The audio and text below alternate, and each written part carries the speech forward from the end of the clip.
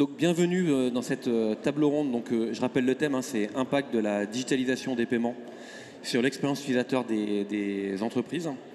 Alors juste avant de démarrer en une minute pour introduire le sujet, moi j'ai travaillé à bosser dans la banque il y a à peu près une vingtaine d'années. Les sujets paiement entreprise, c'était pas forcément le plus on va dire innovant, sexy, bluffant de la banque. Et en fait, en préparant la table ronde, alors d'abord avec le temps, j'ai appris à l'aimer et j'ai vu que c'était un sujet extrêmement novateur.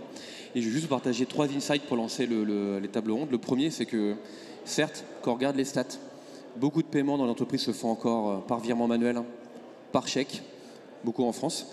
Mais 3 stats qui m'ont surprise.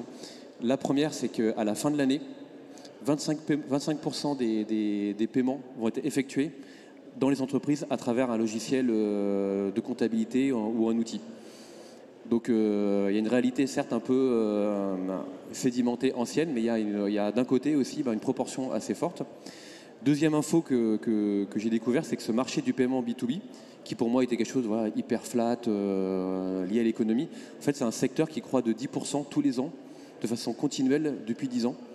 Donc en fait, le virement, c'est un des secteurs qui croît le plus vite aujourd'hui, entreprise du secteur de la banque. Voilà, et une troisième donnée, c'est que quand on regarde les chiffres, en fait, on est en nombre de virements effectués, c'est en trillions. Donc en fait, c'est un sujet qui est profondément massif. Voilà, donc je suis extrêmement content d'avoir réuni une cohorte d'experts pour vous parler de ces grandes mutations. Aujourd'hui, je vous laisserai peut-être vous présenter quand vous prendrez la parole au fil de l'eau dans cette table ronde. Et déjà pour démarrer, ce que je proposais, c'est peut-être à Johanna d'enclencher les débats sur une question un peu entrée Sciences Po Paris, mais dans le domaine de ces paiements B2B. Toi qui travailles chez Mastercard, comment tu expliques cette transformation des paiements B2B qui est quand même assez massive là, dans le monde des entreprises depuis quelques années? Oui. Alors, vous m'entendez? Oui, super.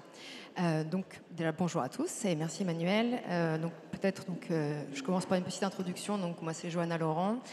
Donc, je représente Mastercard, effectivement. Et je gère aujourd'hui une équipe qui est en charge de la relation avec les partenaires digitaux, juste pour remettre un peu le contexte. Et donc, par partenaires digitaux, on entend finalement tous les acteurs disruptifs des services financiers. Donc, ça va être bien sûr tout ce qui est l'écosystème des fintech et puis du paiement embarqué. Voilà. Et aussi, petite présentation, j'en profite sur Mastercard. On est effectivement aussi connu pour être un schéma de paiement international de cartes. Mais on est avant tout une entreprise de technologie et de services dans le secteur des paiements. Donc vraiment, c'est pas que de la carte. On adresse aussi les paiements compte à compte transfrontaliers, l'open banking, la cybersécurité. Voilà. C'était juste pour remettre un petit peu de cadre sur Mastercard. Donc pour répondre à ta question, effectivement, oui, le segment des paiements B2B est vraiment prometteur, a vraiment un énorme potentiel et il évolue. Et effectivement, on assiste à des transformations significatives finalement ces 10 dernières années surtout et accélérées ces 5 dernières années, donc marquées effectivement vers une accélération de la digitalisation et puis une intégration, comme tu le disais, des services financiers dans des plateformes non financières. Et il y a pour nous 3 leviers en fait qui les justifient un peu, qui l'expliquent et qui expliquent finalement cette presque révolution silencieuse, si je pourrais dire. La première, c'est effectivement, comme tu l'as un peu rappelé, les entreprises finalement c'était pas le segment le plus sexy, qui était un peu mal servi, un peu délaissé par les banques traditionnelles.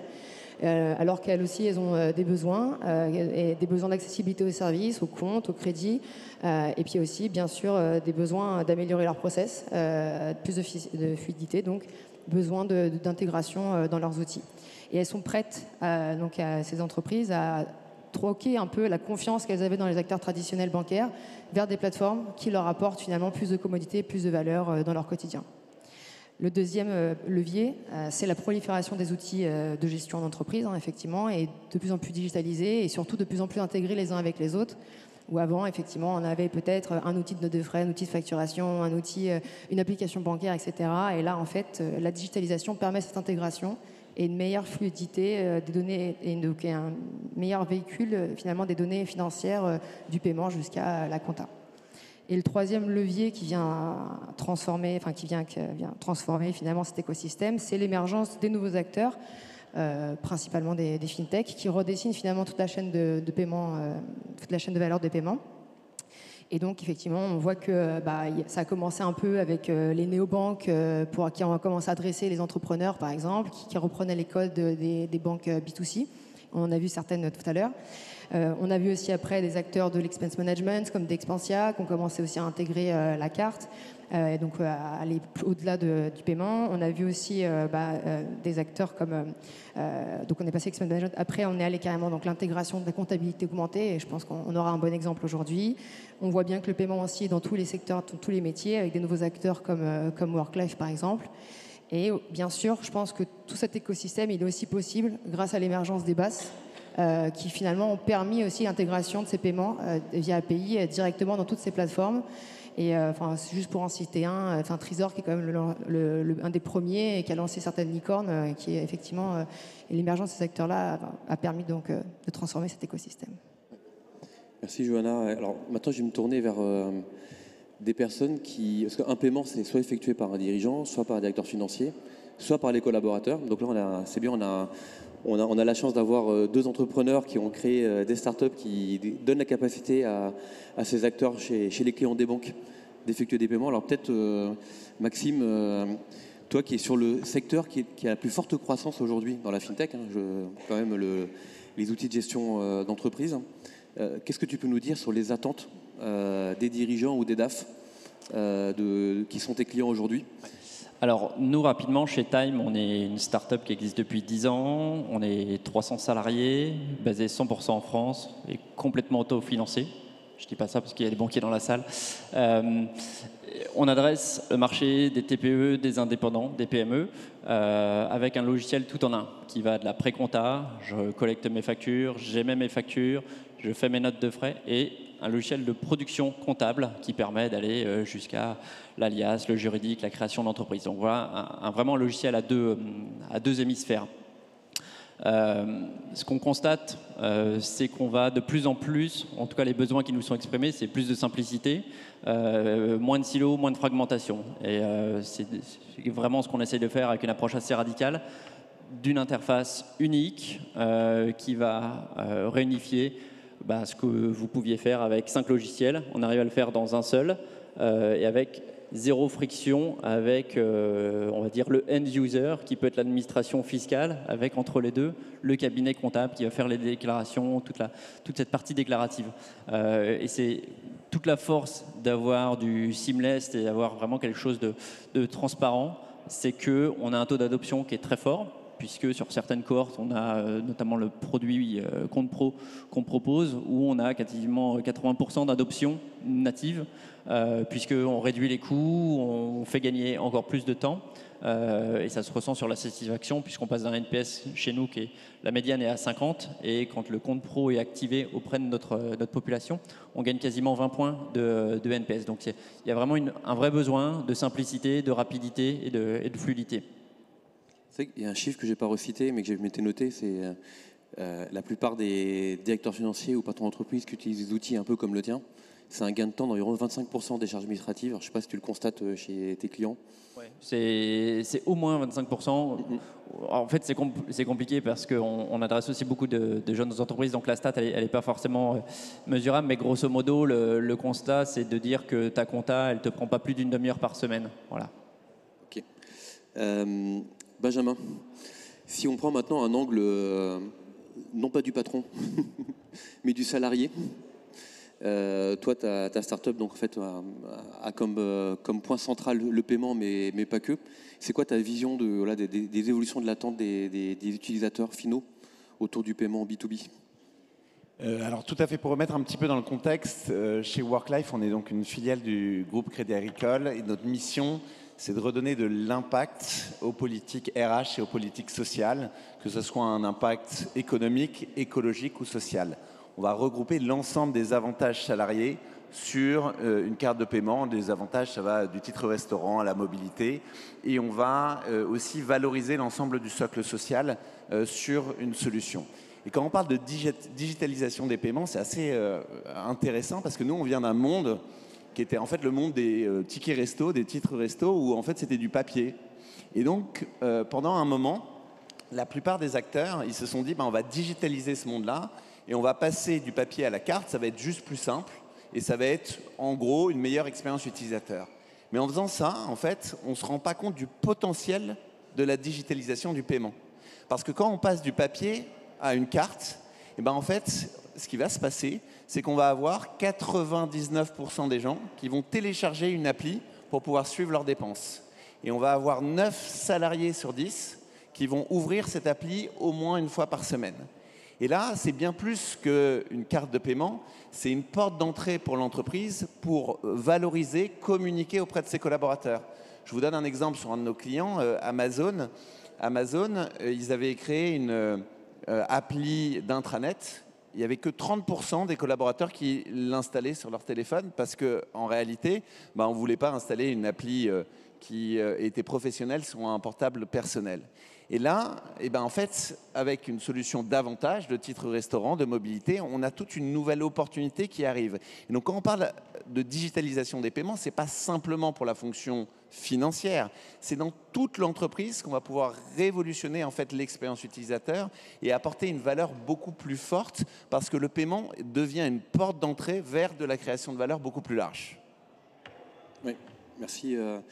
Alors, on a beaucoup insisté pour que Scalit soit là pour cette table ronde parce qu'il y a des startups qui facilitent la vie de l'utilisateur final.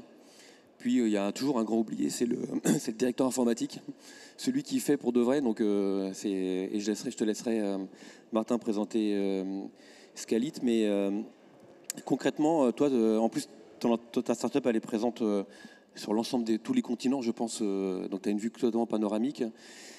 Ton point de vue de où est-ce qu'on est en France dans ce sujet paiement B2B par rapport à d'autres secteurs et globalement, est-ce que c'est hyper simple de transformer tout ce beau monde ou est-ce que c'est compliqué? Alors, je pense qu'on connaît déjà la réponse, mais je suis intéressé que tu nous expliques un peu ta vision toi, de Core Banking System derrière.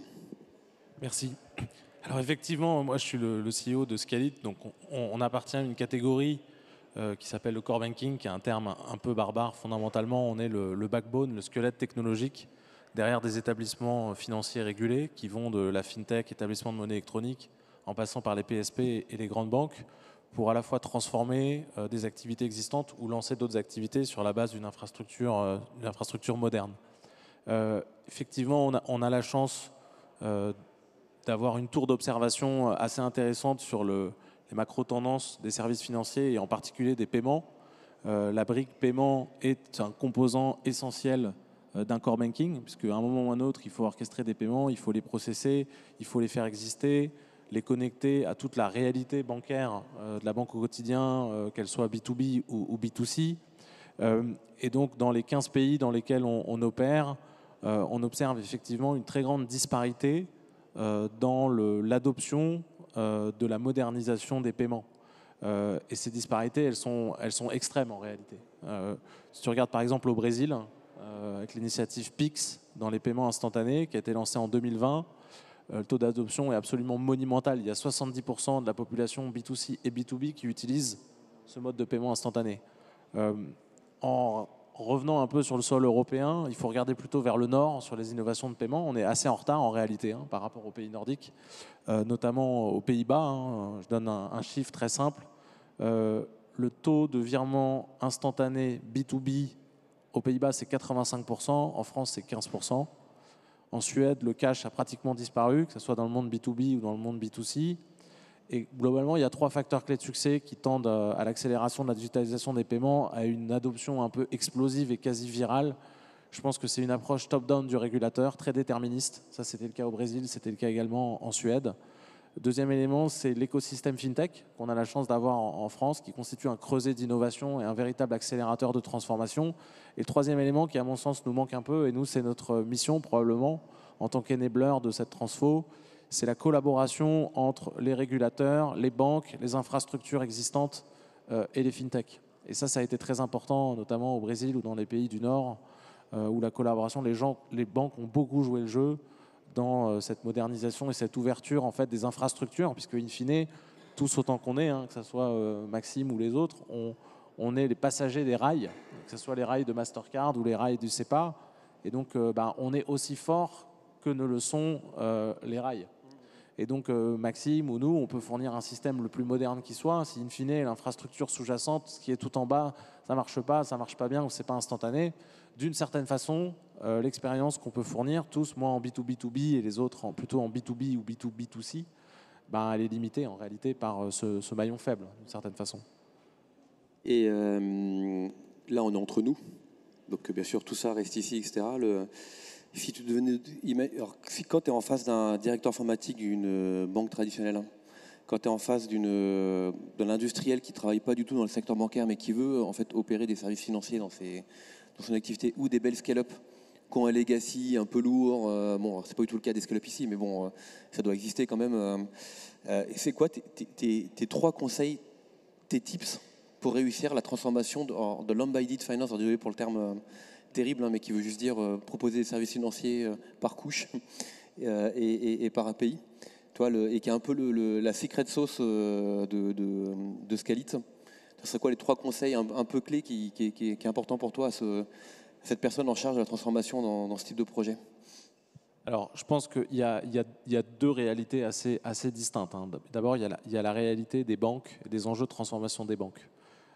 Et c'est probablement que là que les questions sont les plus fondamentales, à plusieurs titres. D'abord, le constat est posé, il est accepté par les dirigeants sur la réalité de la menace que représentent des Time, que représentent des Conto. Je faisais un calcul de coin de table hier soir. J'estime qu'il y a à peu près 15 000 clients tous les mois qui ouvrent un compte chez Time, chez Conto, chez Revolut, chez Shine. Globalement, le PNB moyen d'un client pro dans une banque, c'est 700 € par an.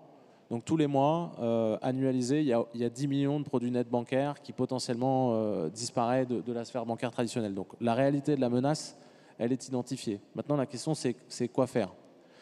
Et là, c'est assez compliqué, parce qu'on est clairement dans l'innovateur dilemma, de Christensen. Donc est-ce que tu vas changer toute ton informatique technique qui sert des millions de clients pour, je résume volontairement, mais pour adresser des freelances?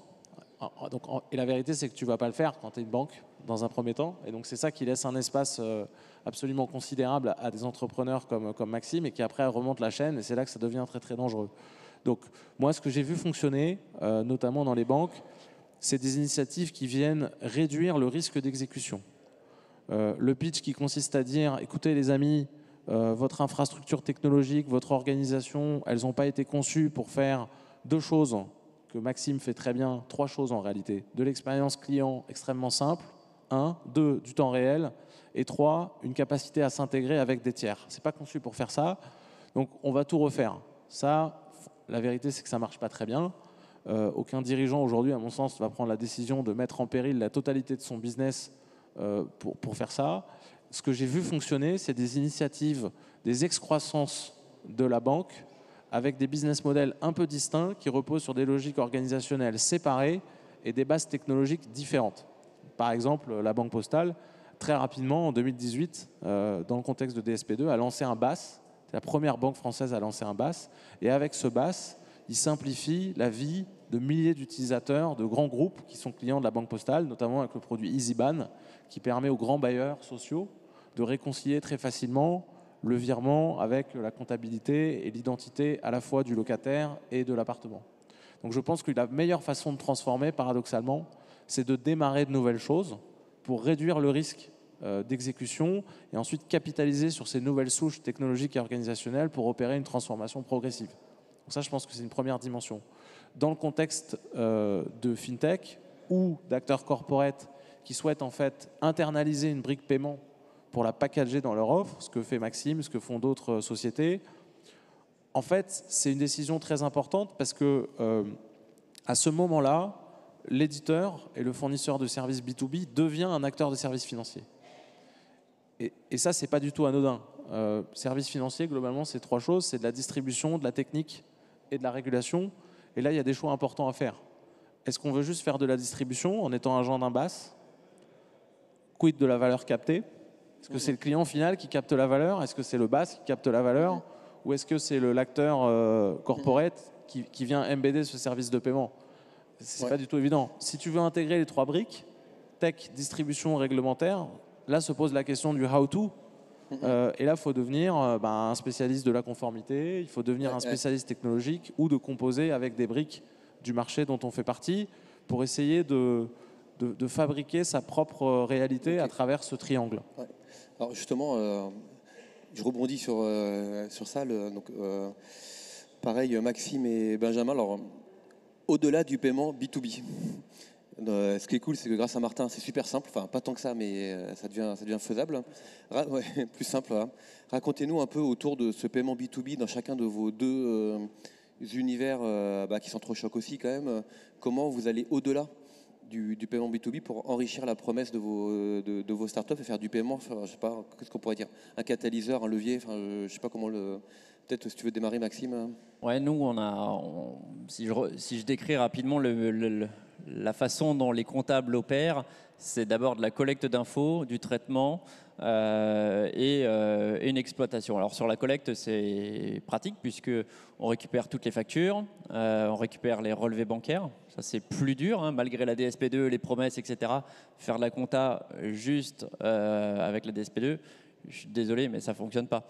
On en est à encore équiper certains clients en IBIX. Alors quand on se fait facturer 4 balles le RIB, ça nous fait un petit peu mal, mais malgré tout, pour faire de la compta, on n'a pas toujours d'autre choix. C'est une des raisons aussi qui nous a poussé à proposer notre propre compte, en passant en l'occurrence avec Trésor, c'est qu'on récupère plus de données, on la récupère en instantané, et du coup, on peut faire du matching avec des taux de pertinence qui sont quasiment de 100%. Enfin bref, on va beaucoup plus loin. Je vais donner trois use cases très, très simples qu'on peut adresser, mais il y en a vraiment des dizaines et des dizaines. Exemple simple, je suis chef d'entreprise, je prends le taxi, il ne prend pas la carte. Bon, ça arrive, on est à Paris, je sors mon billet de 10 € en perso, je lui demande une note de frais, il me fait ça à l'arrache sur papier. Et bien, je peux, en un clic, je la prends en photo et c'est tout. C'est-à-dire que c'est tout, je vais avoir un OCR qui va récupérer les données et je vais pouvoir dire je me rembourse. Donc de mon compte professionnel, je vais faire un virement vers mon compte personnel et ça va passer les écritures comptables. Donc plus de notes de frais, etc. Donc ça, c'est super facile. Deuxième usage sur lequel on va avoir des paiements super simplifiés, c'est par exemple le cadre des salariés. J'ai des salariés, j'ai 10 fiches de paye tous les mois qui sont faites par mon cabinet comptable. Il me les transmet, moi, en un clic, je les valide et je peux faire mes 10 virements sans aucune manipulation ou saisie complémentaire à faire. Et puis, on va avoir tout un tas d'usages autour de la facturation, puisqu'on a l'émission des factures et la facturation électronique sera vraiment une rampe de lancement super intéressante pour pouvoir favoriser les liens de paiement, avoir des délais de paiement beaucoup plus à jour et beaucoup plus fiables. Et ça, c'est vraiment quelque chose sur lequel on avance très très fort. Ouais, top. Et Benjamin, du côté des salariés, parle-nous de la rampe de lancement des avantages salariés grâce au paiement. Oui, alors juste pour aussi rebondir sur ce que Martin disait, c'est intéressant de comprendre ce qui se passe dans l'écosystème. En fait, il y a, et on en a discuté un petit peu avec Johanna, on n'était pas forcément d'accord, mais les paiements d'une manière générale deviennent de plus en plus une commodité. C'est-à-dire que là où jusqu'à présent, il y avait énormément d'énergie que vous deviez passer à ces bas niveaux dans la mise en place de solutions de paiement, il n'y avait pas de place à l'innovation pour pouvoir aller en réalité apporter des services à forte valeur ajoutée. Et donc pendant longtemps, il y a des entreprises qui ont basculé d'un monde qui n'était pas ou peu digital et qui s'est posé la question de comment digitaliser, et en reprenant un petit peu, si on reprend l'expression, en recréant la roue entre guillemets. Et en fait, ça demande beaucoup d'énergie, ça demande de la compétence, ça demande de l'expertise.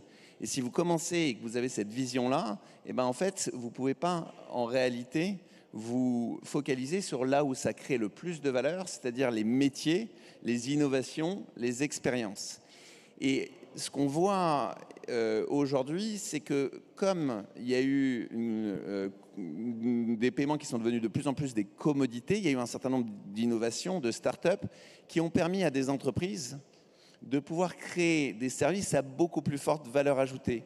Donc nous, quand on est arrivé sur le marché, en fait, les gens faisaient du ticket resto et que du ticket resto.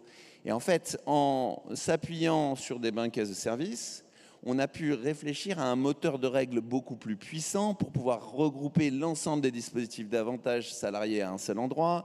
On peut faire maintenant à la fois de la note de frais et de l'avantage salarié. On peut rentrer sur des valeurs ajoutées qui est de se concentrer sur apporter de la valeur au RH parce que l'application permet justement de communiquer entre les entreprises et les collaborateurs. Et en fait, le paiement, ça devient la commodité par laquelle sans rien ne serait possible, mais qui n'est que le moyen pour pouvoir faire des choses beaucoup plus extraordinaires. Et je pense qu'il faut vraiment comprendre cet élément-là en se disant que c'est une brique, mais que ce n'est pas la brique finale. C'est votre moyen pour pouvoir arriver à faire des choses fantastiques. Et évidemment, on en a besoin d'innovation et on a besoin d'acteurs, mais les entreprises, pour pouvoir réussir leur digitalisation, elles doivent se poser la question de quelle est leur valeur ajoutée, comment elles peuvent apporter des valeurs ajoutées et de quels outils elles ont besoin pour pouvoir finalement se focaliser sur là où elles apportent de la valeur à leurs clients. Et si on fait ça, on arrive à finalement gagner énormément en valeur. Et c'est pour ça qu'il y a de plus en plus d'innovation. C'est pour ça que demain, votre compte bancaire, en fait, consulter juste le compte, ça n'a pas ou peu d'intérêt. En revanche, tous les services qui vont pouvoir être associés à l'ensemble de votre connexion et de cette interface, parce que vous avez besoin de vous connecter, mine de rien, ça va être là où va résider la valeur de demain. C'est pour ça que le paiement lui-même, il va finalement être simplifié. C'est tout l'enrichissement dans le paiement qu'on va pouvoir apporter. Et là, peut-être que tu voudras dire quelques éléments, Johanna. Et donc, c'est en réfléchissant sur ces éléments-là et sur cette création de valeur qui est haut niveau et non plus bas niveau qu'on va arriver à apporter énormément d'innovation dans l'écosystème en général. Oui, merci. Alors, je fais un tout petit parenthèse. Moi, je suis arrivé au Village de Paris il y a 4 mois. J'ai fait toute ma carrière dans le secteur de la fintech. Donc, j'étais un des premiers dans l'open finance, l'open banking, ça. Puis j'ai découvert un truc incroyable parce que le Village, on accompagne 1000 startups dans tous les secteurs. C'est que là, en fait, on réinvente la poudre. Tous les secteurs économiques, en fait, sont habitués à mélanger des business entre eux. Et l'entrepreneur, il ne se pose même pas la question, est-ce que c'est de la santé avec du retail avec... il se dit, j'ai une opportunité, un service, je consomme les services de tiers et puis j'y déroule. Et c'est vrai que dans le secteur bancaire, qui était très régulé, on n'était pas habitué à ça. Et en fait, on redécouvre juste la réalité de la tech, je dirais, qui était ailleurs et qui rentre dans ce monde bancaire. Et on est un peu les seuls, pour être franc, à se poser des questions, à se faire des conférences finance embarquées. Dans tout le secteur, ça leur paraît normaux de créer des services continus avec des tiers. Je ferme la parenthèse. D'ailleurs, il reste des places à l'accélérateur, ils n'étaient pas postulés. Je ferme la parenthèse. Johanna, est-ce que la carte va disparaître? À l'inverse, va devenir encore plus centrale? C'est quoi l'avenir de la carte voilà, si on prend cet angle paiement B2B, innovation, entrepreneuriat, quand on fait le shaker, on mélange tout. Tu as une autre question, entrée grand oral de Sciences Po, là. C'est quoi l'avenir de la carte dans cet écosystème? Merci. Alors déjà, je précise qu'on était quand même d'accord avec Benjamin. Je suis tout à fait d'accord avec ce qu'il a dit. Mais effectivement, c'était juste que dans la petite pour la petite histoire, on m'a dit non, mais de toute façon, le paiement, c'est une commodité, ça ne sert plus à rien. Je me dis non, attends, viens, on le reformule différemment. Mais donc voilà. Alors qu'en fait, effectivement, il joue un rôle central, mais je suis tout à fait d'accord sur le fait que c'est plus l'acte de paiement en lui-même qui est important, et il disparaît. Et en fait, c'est un peu notre vocation aussi, c'est de le rendre le plus transparent et simple possible. Donc ça, on est tout à fait d'accord avec ça. Donc oui, je considère que la carte, elle a encore des beaux jours devant elle, bien sûr. Même si effectivement, on voit aussi que le virement est en puissance, en tout cas dans le B2C, et il était déjà présent dans le B2B. Donc ça, c'est pas. Mais la raison pour laquelle la carte augmente aussi dans le B2B, c'est justement parce qu'elle apporte beaucoup de valeur. Elle apporte cette valeur d'instantanéité, parce que du coup, effectivement, on voit directement la transaction, qui permet du coup de faire aussi, et on voit pas que la transaction de paiement directement. La carte permet aussi de véhiculer beaucoup de données. Bien sûr, les données de transaction, mais on peut aussi, via les réseaux, communiquer des numéros de TVA, des numéros de SIRET, des numéros de commande ou autres. Donc, en fait, finalement, on vient enrichir la réconciliation auprès de certaines plateformes, donc, qui donnent aussi de la valeur aux plateformes de gestion financière, comme on a parlé. Elle permet un meilleur contrôle et une meilleure sécurité, parce que la carte aussi, elle peut être paramétrée sur certains cas d'usage, sur certains marchands. On peut même descendre au numéro de SIRET. Tu parlais effectivement de ça, mais nous, on sait faire ce qu'on appelle le MID filtering. Donc, c'est l'ID marchand. On est capable de filtrer. Et donc, c'est aussi grâce à la technologie derrière des réseaux que c'est possible. Et donc, ça permet donc de mettre à disposition des cartes qui sont utilisées que pour des cas d'usage très précis. Et aussi, ça meilleur aussi, il y a la gestion des chargebacks aussi, qui permet aussi, contrairement à un virement qui est révocable, de protéger en cas de fraude à l'IBAN. Voilà, il y a tout ça qui permet le contrôle est le deuxième élément important de la carte. Et le troisième, bien sûr, c'est l'expérience utilisateur, parce que du coup, elle est quand même digitalisée. Elle peut être digitalisée dans un wallet, sur Internet ou autre, et puis effectivement, être émise directement depuis une plateforme qui est connectée à certains outils. Et donc ça permet la meilleure expérience utilisateur. Et donc, on voit bien, par exemple, c'est pour donner des cas d'usage un peu concrets, et notamment alors, sur la carte virtuelle particulièrement, par exemple, qui va être très, très prometteuse dans ces prochaines années, enfin, qui est en croissance absolue et qui va se développer. Il y a bien sûr tout ce qui est délégation des collaborateurs. Donc, je suis une entreprise, je délègue une carte à un collaborateur pour un achat très spécifique, marketing ou autre, et j'ai pas de risque que cette carte soit volée ou quoi, ou je peux même limiter encore une fois son usage. Par exemple, un directeur marketing qui fait un achat Google Ads, voilà, c'est un cas d'usage très spécifique.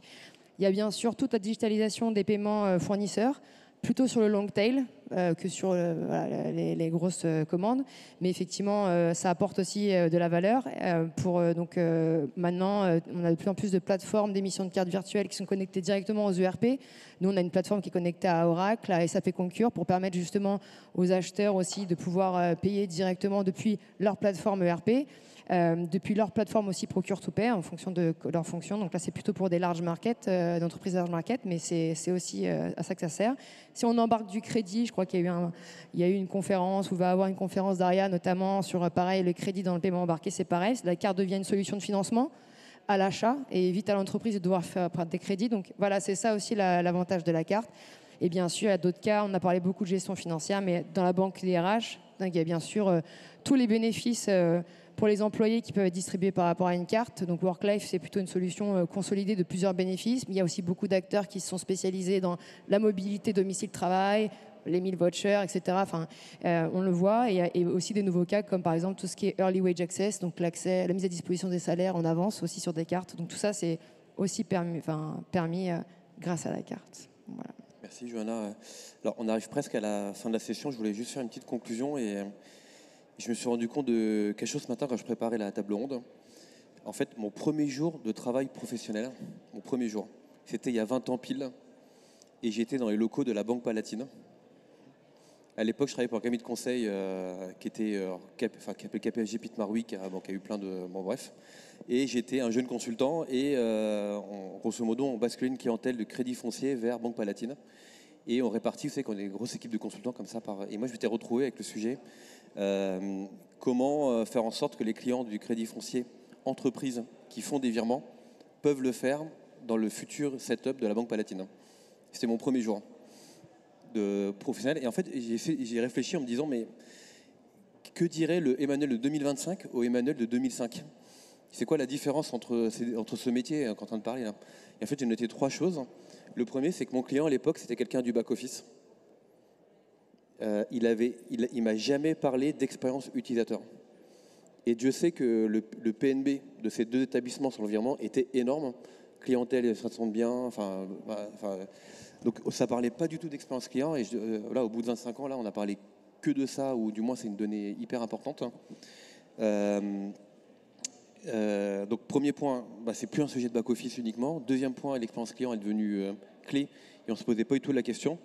Et en fait, à l'époque, pour améliorer le mode de fonctionnement, honnêtement, alors c'était un peu les ancêtres. Je n'ai pas cité le nom du core banking system, mais qui n'était pas dans l'univers qu'on connaît aujourd'hui. Mais en fait, la seule manière que j'avais pour améliorer le fonctionnement de cette clientèle, c'était de lister un nombre d'écarts entre le fonctionnement cible et le fonctionnement précédent. On avait le droit à développer maximum 10 écarts et on se battait entre tous les entre l'épargne, les paiements, etc. Et les paiements, et moi, j'avais pu passer aucun écart. Parce que les paiements n'étaient pas vus comme étant, je dirais, stratégiques, etc. Sauf que cut, en 2025, si je veux lancer une entreprise, une banque qui va adresser la clientèle investisseur de biens, si je ne suis pas très fort sur les paiements, il n'y a aucune chance que je réussisse à faire un go-to-market, on est d'accord, hein. Voilà. Donc je trouve qu'on a, voilà, on a parlé des évolutions qui se déroulent au trimestre, au semestre, à l'année, mais quand on prend un peu le temps long sur 20 ans, le métier, il a complètement radicalement changé. Et sans doute que ceux qui faisaient ce métier il y a 20 ans, la plupart sont à la retraite, j'imagine, hein. Mais eux-mêmes seraient peut-être surpris de voir l'écosystème qu'il y a ici autour de la table. Voilà. Donc je pense qu'il est temps de conclure, je crois. Voilà. Ok. Non, c'est bon, on a respecté le temps. Voilà. On prend des questions dans la salle ou on n'a pas forcément le temps? On a 2 minutes. S'il y avait une question dans la salle, on peut en prendre une ou deux, si vous voulez.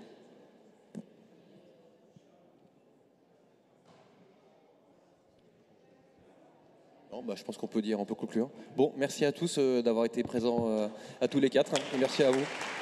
Merci beaucoup.